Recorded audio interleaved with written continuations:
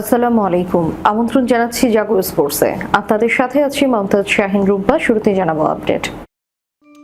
বাংলাদেশ কখনোই ভারতের জন্য হুমকি ছিল না, তারা এলে স্টেডিয়াম ভরে যায়। কাপুরুষের সমাজে নাসির আমার বীর পুরুষ।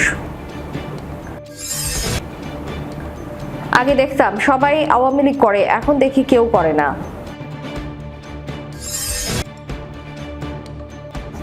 হাতে 70 ওভার পেলেও জয়ের লক্ষ্যে খেলবে পাকিস্তান, সালমান আগা।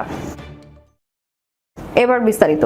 মোস্তাফিজুর রহমানকে আইপিএল ফ্র্যাঞ্চাইজি কলকাতা নাইট রাইডার্সের স্কোয়াড থেকে বাদ দেওয়ার ঘটনায় বাংলাদেশ ভারতের ক্রিকেটীয় সম্পর্কে শীতলতা তৈরি হয়, যাকে কেন্দ্র করে ভারতে টি-20 বিশ্বকাপ খেলতে যায়নি বাংলাদেশ দল। ওই সিদ্ধান্তের বিরোধিতা করায় বিসিবির বর্তমান অ্যাডহক কমিটির সভাপতি তামিম ইকবালকে ভারতের দালাল তকমাও পেতে হয়েছে। তবে বাংলাদেশে কখনোই ভারতীয় দলের জন্য নিরাপত্তা হুমকি ছিল না বলে মনে করেন তামিম। তার দাবি, দুই দেশের সম্পর্ক উন্নয়নের সেরা উপায় হবে একটি সিরিজ। বাংলাদেশ জাতীয় দলের সাবেক অধিনায়ক সম্প্রতি ভারতের সঙ্গে বাংলাদেশের ক্রিকেটীয় সম্পর্ক, বিসিবির দুর্বলতা, দায়িত্বে নানা চ্যালেঞ্জ ও সম্ভাবনা, আইসিসির শক্তির প্রভাব ও বিভিন্ন দেশের সঙ্গে সম্পর্ক এবং বিসিসিআই এর মাঝে সৃষ্ট বিরোধ নিয়ে কথা বলেছেন। তিনি সাক্ষাৎকারে দিয়েছেন ভারতীয় গণমাধ্যম দ্য ইন্ডিয়ান এক্সপ্রেসকে। ওই কথোপকথনে সাংবাদিক শ্রীরাম ভীরা প্রায় ভেঙে পড়া বিসিবি ও বিসিসিআই সম্পর্ক পুনর্গঠনে তামিমের উদ্বেগ জানতে চান।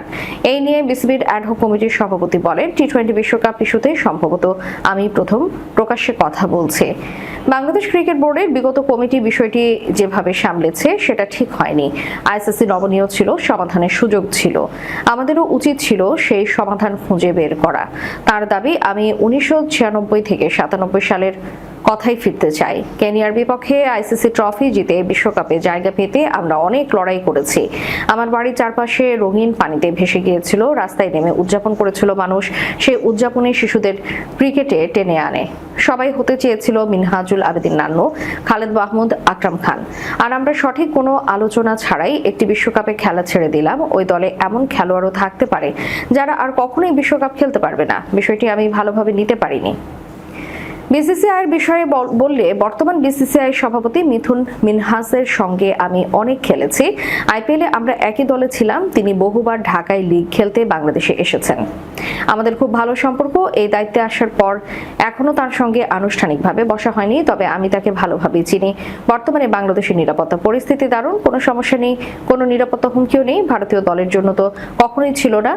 তারা এখানে এলে পুরো স্টেডিয়াম ভরে যায়, মানুষের প্রতিদ্বন্দ্বিতা উপভোগ করে। ব্যক্তিগতভাবে আমি মনে করি না বিসিবি ও বিসিসিআই এর মধ্যে এখন আর কোনো বাস্তব সমস্যা আছে। বাংলাদেশ একটি সিরিজ আয়োজনই হতে পারে সম্পর্ককে এগিয়ে নেওয়ার সেরা উপায়। বাংলাদেশের সর্বশেষ বিশ্বকাপ না খেলায় পাকিস্তানের সংহতি ও টুর্নামেন্ট বয়কটের হুমকি প্রসঙ্গে জানতে চাইলে সতর্ক জবাব দিয়ে তিনি বলেন, এ বিষয়ে মন্তব্য করা আমার জন্য কঠিন। আমি মূল আলোচনার অংশ ছিলাম না। তবে আমি এটুকু বলবো, যাই ঘটুক না কেন, আমরা একটি বিশ্বকাপ খেলার সুযোগ পেয়েছি। আমাদের বেশ কিছু খেলোয়াড় হয়তো আর কখনোই সেই সুযোগ পাবে না। আমার কাছে সেটাই সবচেয়ে বড় বিষয়। আইসিসি চেয়ারম্যান জয়শার সঙ্গে এখনো এই ভূমিকায় সাক্ষাৎ হয়নি, তবে অনেক ভারতীয় ক্রিকেটারের কাছ থেকে তার সম্পর্কে ভালো কথাই শুনেছি। খেলোয়াড় থাকাকালেও এখনো আমি আইসিসিকে একটি পরিবারের মতো দেখি। এখানে 12 থেকে 15টি দেশ একসঙ্গে আছে, আমাদের একে অপরের খেয়াল রাখতে হবে। জাতীয় দলের সাবেক তারকা ক্রিকেটার নাসির হোসেন 2021 সালের 14 ফেব্রুয়ারি তামিমা সুলতানাকে বিয়ে করেন। 10 দিন পর তামিমার সাবেক স্বামী রাকিব মামলা করেন। তাতে তিনি অভিযোগ করেন তাকে তালাক না দিয়ে নাসিরকে বিয়ে করেছেন তিনি। অন্যের স্ত্রীকে বিয়ে করার মামলার অভিযোগ প্রমাণিত হলে 7 বছরের কারাদণ্ড হতে পারে জাতীয় দলের সাবেক তারকা ক্রিকেটার নাসিরের। একই দণ্ডে দণ্ডিত হতে পারেন তার স্ত্রী তামিমা সুলতানাও। গত বুধবার দুপুরে শুনানি শেষে ঢাকা চিফ মেট্রোপলিটন ম্যাজিস্ট্রেট আদালতের বিচারক এ তারিখ ঠিক করেন। শুনানিতে নাসির তামিমার সর্বোচ্চ শাস্তি প্রার্থনা করে বাদীপক্ষ। অন্যদিকে বিবাদী পক্ষ নিজেদের নির্দোষ দাবি করে সোমবার এ নিয়ে ফেসবুকে পোস্ট দেন তামিমা সুলতানা। তার স্ট্যাটাসটি হুবহু তুলে ধরা হলো যে কাপুরুষদের সমাজে ছোট্ট শিশু, বাচ্চা, বৃদ্ধ মহিলা থেকে শুরু করে প্রেগনেন্ট মহিলারাও পর্যন্ত ধর্ষিত। সেই সমাজে একজন ডিভোর্সি নারীকে বিয়ে করে সম্মান দেওয়াটা অবশ্যই দণ্ডনীয় অপরাধ। সেই মানুষগুলো কি বিচার পেয়েছে? তারা তো সেলিব্রিটি না। তাদের নিয়ে নিউজ করলে তো জনগণ দেখবে না, ভিউ ব্যবসা হবে না, ফলোয়ার বাড়বে না, আর টাকাও কামাই হবে না, ইত্যাদি ইত্যাদি। আমাদের নিয়ে যত নিউজ বা আলোচনার 20% যদি ওইসব নারীদের জন্য হতো, তাহলে কোনো নারীকে আর এই সমাজে স্বামী সংসারে বা কোথাও নির্যাতিত হতে হতো না। যে সমাজ নারীদেরকে পায়ের নিচে দাবিয়ে রাখতে চায় আর নারীদেরকে শুধু ভোগের সামগ্রী মনে করে, সে কাপুরুষদের সমাজে নাসির আমার মাথার মুকুট বানিয়ে রেখেছে। সেই জন্য যারা কাপুরুষ তাদের এত মাথা ব্যথা হচ্ছে, তাই না?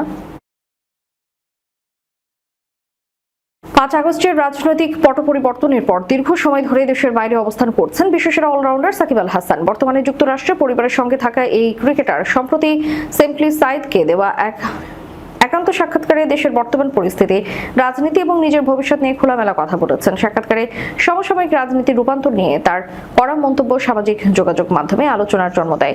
আওয়ামী লীগের মনোনয়নে সংসদ সদস্য নির্বাচিত হওয়া সাকিব বর্তমান রাজনৈতিক প্রেক্ষাপট নিয়ে বিস্ময় প্রকাশ করেন। তিনি বলেন, একটা সময় দেখতাম যখন আওয়ামী লীগ করে তার দেখি যে কেউ আওয়ামী লীগ করে না। রাজনীতিতে আসার সিদ্ধান্ত নিয়ে জানতে চাইলে তিনি আত্মবিশ্বাসের সঙ্গে জানান তিনি মনে করেন না যে তিনি কোনো ভুল করেছেন। এমনকি ইমরান খানের মতো নতুন দল গঠন না করে কেন প্রথাগত রাজনীতিতে এলেন, এমন প্রশ্নের জবাবেও তিনি নিজের সিদ্ধান্তে অটল থাকার ইঙ্গিত দেন। পট পরিবর্তনের পর থেকে সাকিব দেশে ফেরেননি। আগামীতে দেশে ফিরলে প্রথমে কোথায় যাবেন, মিরপুর স্টেডিয়াম নাকি নিজ জেলা মাগুরা? এমন প্রশ্নের জবাবে সাকিবের কণ্ঠে ঝরে পড়ে অনিশ্চয়তার সুর। তিনি সরাসরি বলেন, এখন তো ঢাকায় পা রাখাটাই বড় চিন্তা। খেলোয়াড় থাকাকালীন নির্বাচনে অংশ নেওয়া কি কোনো নিরাপত্তার সংখ্যা থেকে ছিল? এমন প্রশ্নের জবাবে সাকিব বেশ আবেগপ্রবণ হয়ে উত্তর দেন। তিনি বলেন, আমি কখনো মাগুরাতে সাকিব আল হাসান হইনি, আমি সবসময় মাগুরাতে ফয়সালি ছিলাম। এর মাধ্যমে তিনি বোঝাতে চেয়েছেন এলাকার মানুষের কাছে তার পরিচিতি এবং টান সবসময় ব্যক্তিগত এবং শেকড় কেন্দ্রিক ছিল। উল্লেখ্য, রাজনৈতিক পরিবর্তনের পর সাকিবের দেশে ফেরা নিয়ে ক্রিকেট পাড়ায় দীর্ঘ সময় ধরে নানা গুঞ্জন চলতে। সাকিবের এই সাক্ষাৎকারটি দেশের ক্রীড়াঙ্গন এবং রাজনৈতিক মহলে নতুন করে আলোচনার কেন্দ্রবিন্দুতে পরিণত হয়। মিরপুর টেস্টের চতুর্থ দিনের শেষে সবচেয়ে এগিয়ে রাখা যায় বৃষ্টিকেই। তৃতীয় দিনের পর চতুর্থ দিনেও বাগড়া দিয়েছে বৃষ্টি, যে কারণে 50 ওভারও খেলা হয়নি। দিনের শেষে বাংলাদেশ 179 রানের লিড নিল। ম্যাচে নিরঙ্কুশভাবে এগিয়ে রাখা যাচ্ছে না, বরং ফল হিসেবে ড্রর পক্ষেই বাজি ধরা নিরাপদ মনে করছে অনেকেই। মিরপুর টেস্টে ফল পেতে পঞ্চম দিনে পতন ঘটাতে হবে 17 উইকেটের। কাজটা খুব কঠিন হলেও আশাবাদী পাকিস্তানের ব্যাটার সালমান আলী আগা।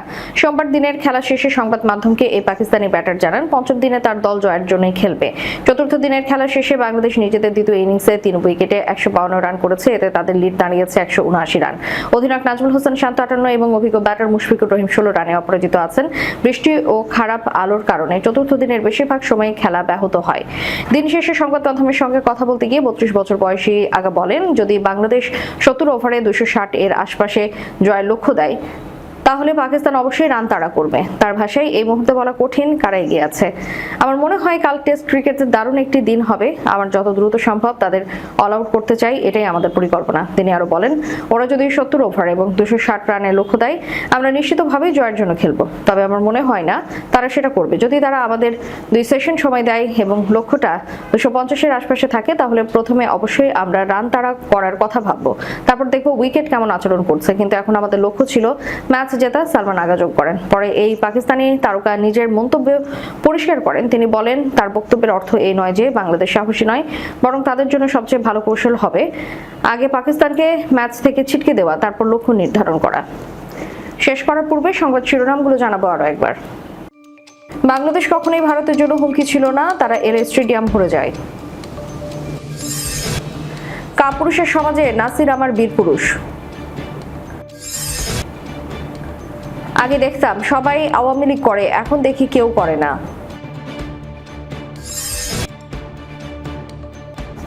হাতে 70 ওভার পেলেও জয়ের লক্ষ্যে খেলবে পাকিস্তান, সালমান আগা। এতক্ষণ আমাদের সাথে থাকার জন্য ধন্যবাদ। আল্লাহ হাফেজ।